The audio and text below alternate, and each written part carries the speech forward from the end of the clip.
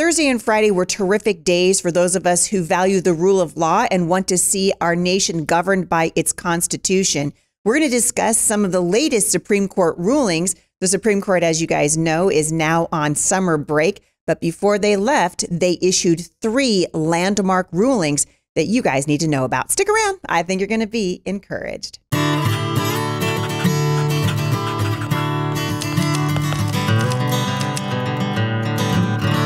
Well, how are you guys doing today? How was your weekend? Hope it was good. I am looking forward this weekend to speaking for the California Home Educators Association. I will be at the CHIA conference starting this Thursday evening. So if you guys have not checked it out yet, do go to their website and you can register. I believe you can still register online, or obviously you can come to the door. I have said before, and I'm going to keep saying it, please, please, please support your state homeschool organization. These are the people who are at the front lines of the fight to retain homeschool freedom in the United States. And we're going to talk about some of the attacks against freedom that are being levied from the highest positions of authority in our country, including, but not limited to, Joe Biden himself. And so if you think for one second that your freedom is secure simply because we have the freedom to homeschool in this country and that it will not be challenged, then you need to think again, because there are people in this nation who do not value liberty, and they certainly do not believe that children should be under the purview and direction of their parents. In other words, parents should be the ones who choose how a child is educated and where. And so these are challenges that are being faced every single day around the country. And one of the best places that you guys can find support and stay engaged is at the state level. So find your state organization and support them. Also want to encourage you, if you haven't done it already, join the Homeschool Legal Defense Association. These guys are at the front line with over 100,000 members now. The Homeschool Legal Defense Association, hslda.org, is at the front lines of the war to protect and maintain homeschool freedom in the United States. All right, let's talk about this, you guys, because like many of you, I have been watching the Supreme Court's decisions come down. I mean, thank God, honestly, that Donald Trump was able to stay in office long enough to put a couple of constitutional-minded justices on the Supreme Court, because we know Sotomayor that woman got into a canoe a long time ago and paddled as far left as she could possibly go. Ketanji Brown Jackson, remember, she's the newest justice to the Supreme Court. This is the woman who cannot define what a woman is. She doesn't even know. She looks herself in the mirror every day and goes, what am I? Am I a woman? I'm trying to figure out how Ketanji figures that out every morning. And so anyway, we've got some very, very liberal still justices on the Supreme Court, but they have been balanced out now by Justices Gorsuch, obviously Justice Clarence Thomas, who remains my favorite justice on the Supreme Court. That guy was straight fire when he issued his opinions and wrote on behalf of the majority for the Supreme Court, especially when it came to affirmative action. So I definitely want to touch on that. But what I want to start with today is a really phenomenal victory for free speech in really what was a landmark ruling at the Supreme Court. This case we've been watching for a long time, and Colorado is really, really good at persecuting Christians, persecuting anybody who doesn't want to go along with their narrative. So in this case, it was another designer. Remember, you guys all remember Mr. Roberts, the case of the cake baker in Colorado, who they continue to just persecute and persecute and persecute. It's not because he won't sell a cake to a homosexual couple, or it's not because he won't sell a cake to a transgender. So if those people come into his bakery and they pick a cake out of the case, then he'll sell it to him. But what he said was, I won't design a cake that goes against my religious beliefs, that goes against my conscience. And for that, the state of Colorado just bludgeoned the guy in court. So the 10th Circuit Court, over and over and over again, these guys taking this this baker, to court. And they've done the same thing with a bakery in Oregon. The left is not interested in tolerance. The left is interested in 100% total control, total capitulation. They would force you to say things against your conscience. They would force you to design a website for an organization that you vehemently disagreed with, that you found morally reprehensible. And this case, another one like it, made its way all the way to the Supreme Court. And that ruling came down on Friday morning. So this was the case of 303 Creative versus Elanus. And 303 Creative, if you haven't heard of this case, was brought by a woman, and her name is Lori Smith, and she was a corporate designer. So she designs websites. That's kind of the main thing that she does. The 303 came from her area code because she lives in Denver. And much like I have the area code here, which is 360 or 206, unfortunately, if you're in the Seattle area, the government there does not value and does not want to listen to and does not want to uphold the rights of anyone that falls outside of their religious dogma.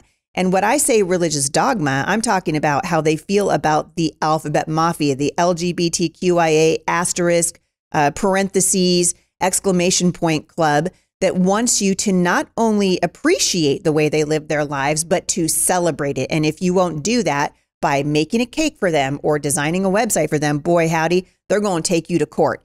And that's exactly what happened to Lori Smith. And her case went, as I understand it, she finally figured out, oh, these guys are censoring my free speech. So she went to the Alliance Defending Freedom. You guys know I'm a super fan of the work that they do. And they said, yeah, absolutely. This is what is happening. They're censoring your free speech because Lori likes to work with everybody. She doesn't have a problem working with someone who identifies as LGBT. She decides whether or not she can custom design a project based on her beliefs. So the content is that they would request and her own expertise has to line up with her personal belief because she is a creator. And this is the crux of the whole thing. So she challenged an unjust law to protect her freedom and the freedom of every American to say what they believe is right without fear of government punishment.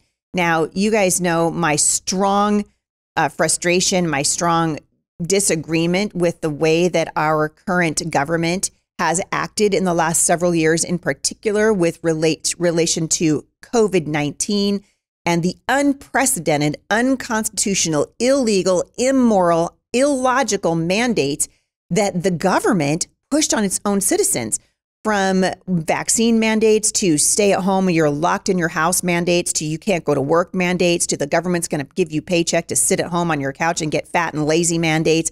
The government is operating outside of its jurisdiction.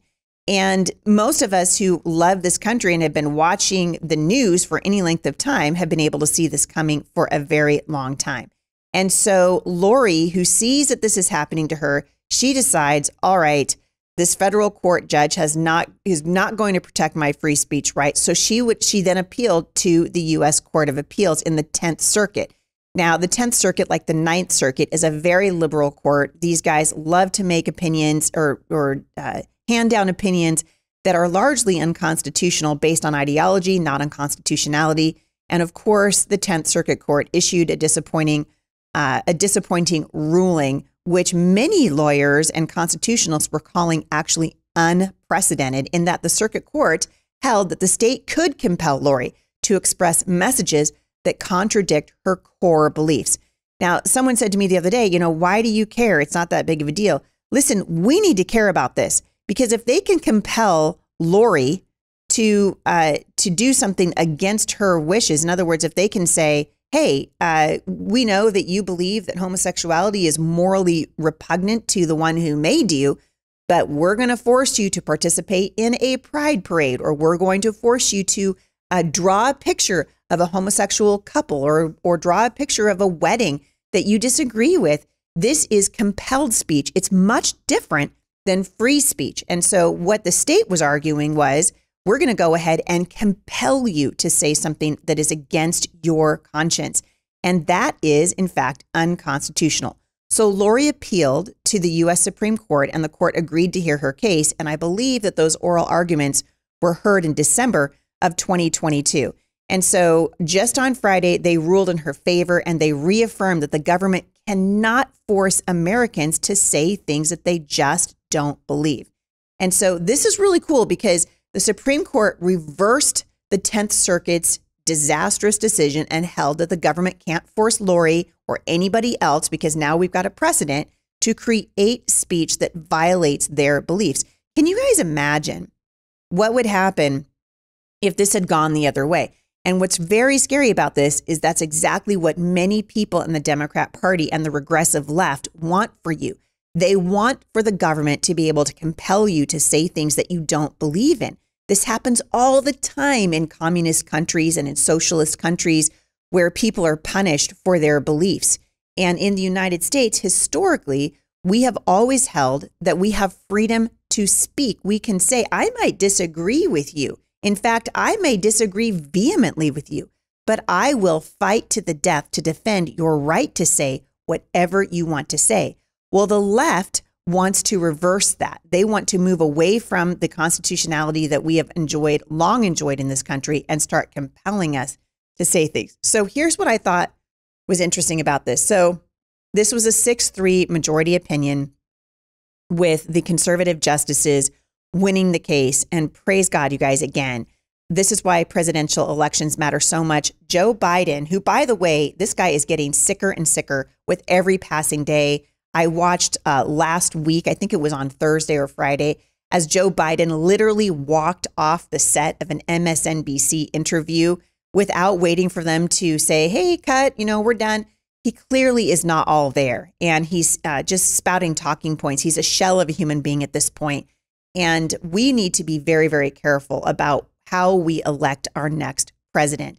And so I've not come out and endorsed anyone. I'm not going to do that for several months. I want to see who jumps into the race and who I think has a chance at winning, who would be an actually great in the White House, recognizing that we're never going to get a perfect human being, but we want to get someone as close as possible to the Constitution who will defend the Constitution. And so I'm very thankful for President Trump because he put justices on the Supreme Court that care about and will defend our Constitution. I've been a little frustrated, in full disclosure, I've been a little frustrated with Justice Roberts. You really kind of never know what he's going to do. But Neil Gorsuch so far has been a very good addition to the Supreme Court. And I'm just watching now as the regressives, the left, I think it's hilarious that they call themselves progressives because they're anything but progressive, that the regressive left is screaming and yelling over this decision because what the justices said was you can't compel another human being to say something that they don't believe. And this is what Justice Gorsuch wrote. As this court has long held, the opportunity to think for ourselves and to express those thoughts freely is among our most cherished liberties and part of what keeps our republic strong. The freedom to think and speak is among our inalienable human rights. By allowing all views to flourish, the framers understood we may test and improve our own thinking both as individuals and as a nation. I was thrilled with this ruling, and you guys should be too. Kristen Wagner, who is the general counsel of the Alliance Defending Freedom, said this when the ruling came down. She said, without the freedom to speak, we shutter diverse views, meaningful debate, and the conditions for progress. Regardless of one's belief, race, faith, or identity, no one should be punished by the government for saying what they believe. Political and cultural winds shift, but the First Amendment's promise remains constant. This was a huge win for those of us that love this country and love freedom. And it's something that you guys can be thanking the Lord for. And again, I'm going to just encourage you, watch what happens in the 2024 showdown, because whoever is the next president of the United States will likely be able to put another justice on the Supreme Court, as long as the Democrats don't get their way and start packing the court, which would be a nightmare. But there's a very good chance in the next year that a new Supreme Court justice, if Justice Breyer, for example, decides to retire, which I think is very likely, then there will be another opening on the Supreme Court, and we have to hold the court.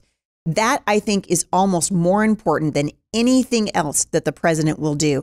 And so we cannot afford to have Joe Biden in there for any longer than he's already been in there. The man has been an absolute, utter disaster for freedom and for security here in the United States. The next Supreme Court decision that I want to just go over with you for a minute is the decision that struck down Joe Biden's $430 billion student loan bailout. What I find most fascinating about this was a stinging defeat for him, by the way. But the most fascinating thing about this is that I think a large part of the reason why he lost the case was things that he actually said himself prior to the decision to do what he knew was unconstitutional. So he decided, I can't get the votes in the United States Congress to do what I want to do, which is offer loan forgiveness, which everyone knows is just a way for him to pander to college students, right? By the way, statistically, the people that have these huge debts are people that are they're attorneys. They're people that are actually going to be very, very high wage earners. And no one took into consideration the people that have gone to trade schools or people that decided, hey, I'm not going to go to college and instead I'm going to invest $150,000 in an excavator and I'm going to start my own business. No. Joe Biden, in pandering to the radical left and his continued desire that the government be seen as a babysitter and a loan forgiver, like a parent who can't say no to his child, he said, you know what, I'm going to do this myself by executive fiat, which was absolutely unconstitutional from the get-go, and he knew it. And so he couldn't get the support of Congress. He knew he didn't have it. And so he went around them, and it was challenged in the Supreme Court, and he lost that court case on Friday. Chief Justice Roberts wrote for the 6-3 majority, and this is what he said. The secretary asserts that the HEROES Act gains him the authority to cancel $430 billion of student loan principal. It does not. By the way, if you're not familiar with the HEROES Act, this was a post 9/11 relief for those people who decided to go to war against the countries that attacked the United States on 9/11. And we issued something called the HEROES Act for these brave people that put their lives on hold that had student debt. And it had nothing to do with a pandemic. It certainly had nothing to do with just ordinary people sitting on their couches in their mom and dad's basement. The HEROES Act was for, wait for it, heroes, people who had been in the military, people who had gone to support this country and had earned a level of thanks from the country. And we did that in the manner of loan forgiveness through the HEROES Act. And so Joe Biden wanted to say, hey, I'm going to use the HEROES Act. That's how I'm going to issue executive fiat. And that is how we will steal $430 billion from the American taxpayer and pay back the debts of people who are struggling to pay them back. I think that we should start looking at how in the world colleges have been allowed to scalp students. I mean, you guys, these endowments, everything. The college system is absolutely on its head right now. And part of that is because of the student loan program. It is a boon for these colleges and they are taking sore advantage of it. Why don't we start there instead of going back to the American people and asking them for yet another bailout? Listen, people like Heidi St. John, I paid off my student debt and it took me a very long time to do it. My husband and I worked for a long time. I was working nights at the hospital and he was working at a sign shop and doing all kinds of odd jobs so that we could pay that debt off. There is honor in paying off your debts. And for the progressives in this country, or rather the regressives, I'm going to stop calling them progressive because they're not. For the regressives in this country to say, no, you don't have to pay off your debt is an absolute slap in the face to every other American who did pay off their debt or who started their own business at great personal financial risk. That's what this is. When you sign a contract, guess what? You're in a contract. And so what Joe Biden wanted to do was just say, your contract, schmontract. It doesn't really matter. And this is how he does everything. He does it by executive fiat. He does it, knowing that he's going against the Constitution. And that's exactly what he did. So I think it's interesting, the student loan forgiveness by the Democrat Party, of course. Again, this is just a political football for them. Forget that the country is trillions and trillions of dollars in debt. And this would have added trillions more to our national debt. They actually don't care about that at all. Of course, Justice Elena Kagan, who is about as far left as Justice Sotomayor and Ketanji Brown Jackson. These women are an embarrassment to our Constitution and our founding fathers. Madison in particular is rolling in his grave right now, trying to figure out how they cannot understand basic language in the Constitution. So the Biden administration's plan to eliminate $400 billion of student loans for roughly $40 million. It's laughable. It's laughable. The United States Congress, if it has a brain in its head, which is responsible for the purse strings in this country, would have said absolutely no. And Joe Biden knew it, which is why he went around them. But the idea was if you make less than $125,000 a year, or you're a couple and you make less than $250,000, you guys, that's actually a lot of money. So if you're married and you make $250,000 a year, Joe Biden's like, hey, I'm gonna cancel your student debt. And, you could hear students all across the United States going, right on. That's amazing. And so he lost that case. And I just think it's fantastic. I think we're going to continue to see that's going to happen probably next year, even going forward. They use by and large, and if you get a chance to look up this case, I hope you'll read these. I don't have time to do it on the show today, but by and large, the argument against Joe Biden was made by Nancy Pelosi herself, who repeatedly said the office of the president of the United States does not have the authority to just carte blanche issue loan forgiveness. That is the job of Congress. We have three branches of government in the United States: the judicial, the legislative, and the executive branch. And we work differently, apparently, than Joe Biden understands. And so he really hurt himself in this whole thing. Nancy Pelosi absolutely hurt him. When Joe Biden was asked early on, could the executive branch issue loan forgiveness? He said, and they quoted him many times in their arguments before the Supreme Court, no, the executive branch does not have that authority. And yet, what did he do? He did it anyway. And that really is what injured him.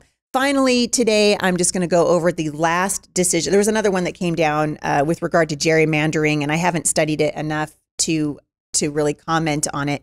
But the other decision that I saw come down that I was just hooting and hollering over was the justice's decision to end affirmative action for universities. So for those of you who are not familiar with affirmative action, it basically makes it so that people of color, people of Asian descent or Indian descent, African American descent, basically anybody but a white person could have easier access into universities. So they call this affirmative action. It's been around for a long time. It's basically racism.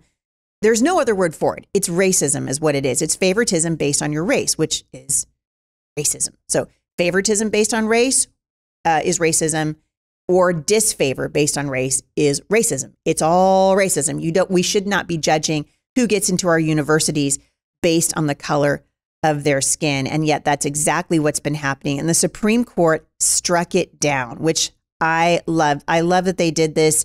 They absolutely said affirmative action is a thing of the past. We don't need it anymore. And so they've said, we are not going to allow colleges and universities anymore to bring race into the discussion when a student applies for a college admission. And so I applaud these decisions by the Supreme Court. If you get the opportunity, read Justice Clarence Thomas's decision that he issued on behalf of the majority in the affirmative action case. He absolutely excoriates Ketanji Brown Jackson for her blatant racism and says, listen, I was born to a poor family in the middle of the Jim Crow era.